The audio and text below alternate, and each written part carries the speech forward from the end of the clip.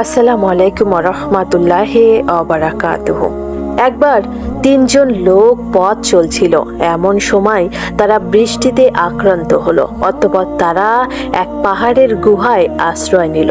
হঠাৎ পাহাড় হতে এক খণ্ড পাথর পড়ে তাদের গুহার মুখ বন্ধ হয়ে গেল।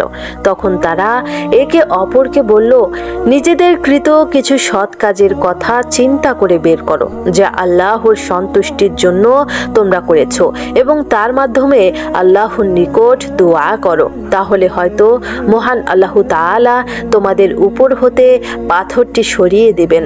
তাদের একজন বলতে লাগলো, হে আল্লাহ, আমার আব্বা আম্মা খুবই বৃদ্ধ ছিলেন এবং আমার ছোট ছোট সন্তানও ছিল।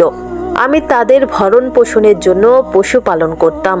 সন্ধ্যায় যখন আমি বাড়ি ফিরতাম তখন দুধ দহন করতাম এবং আমার সন্তানদের আগে আমার আব্বা আম্মাকে পান করাতাম।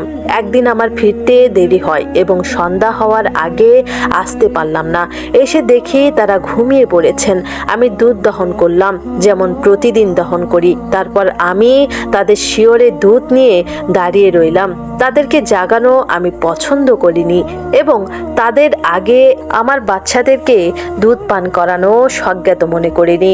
অথচ বাচ্চাগুলো দুধের জন্য আমার পায়ের কাছে পড়ে কান্নাকাটি করেছিল।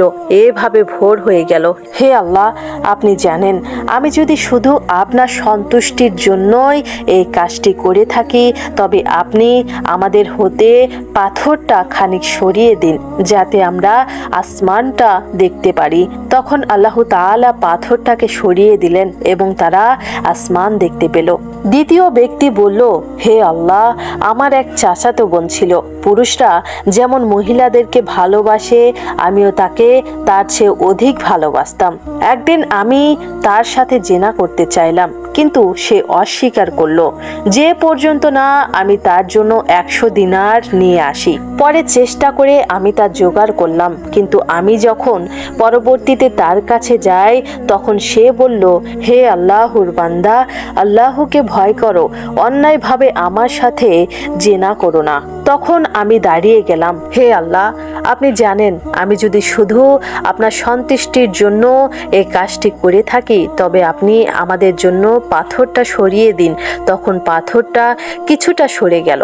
তৃতীয় ব্যক্তি বলল, হে আল্লাহ, আমি এক ফারাক চাউলের বিনিময়ে একজন শ্রমিক নিযুক্ত করেছিলাম।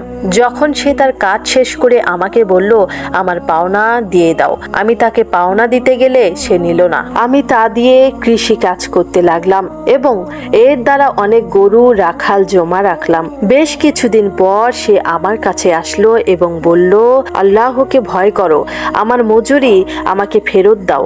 আমি বললাম, এই সব গরু ও রাখাল নিয়ে নাও। সে বলল, আল্লাহকে ভয় করো, আমার সাথে ঠাট্টা করো না। আমি বললাম, আমি তোমার সাথে ঠাট্টা করছি না, ওইগুলো নিয়ে নাও। তখন সে নিয়ে গেল। হে আল্লাহ, আপনি জানেন, আমি যদি আপনার সন্তুষ্টি লাভের জন্য এই কাজটি করে থাকি, তবে পাথরের বাকিটুকু অংশ সরিয়ে দিন। তখন আল্লাহ তাআলা পাথরটাকে সরিয়ে দিলেন। বান্দা সুখে দুঃখে সর্বদা আল্লাহকে ডাকবে। বিপদ আপদের সময় আল্লাহ ব্যতীত কোনো মৃত ব্যক্তি বা অন্য কাউকে ডাকা শিরকে আকবর বা বড় শিরক।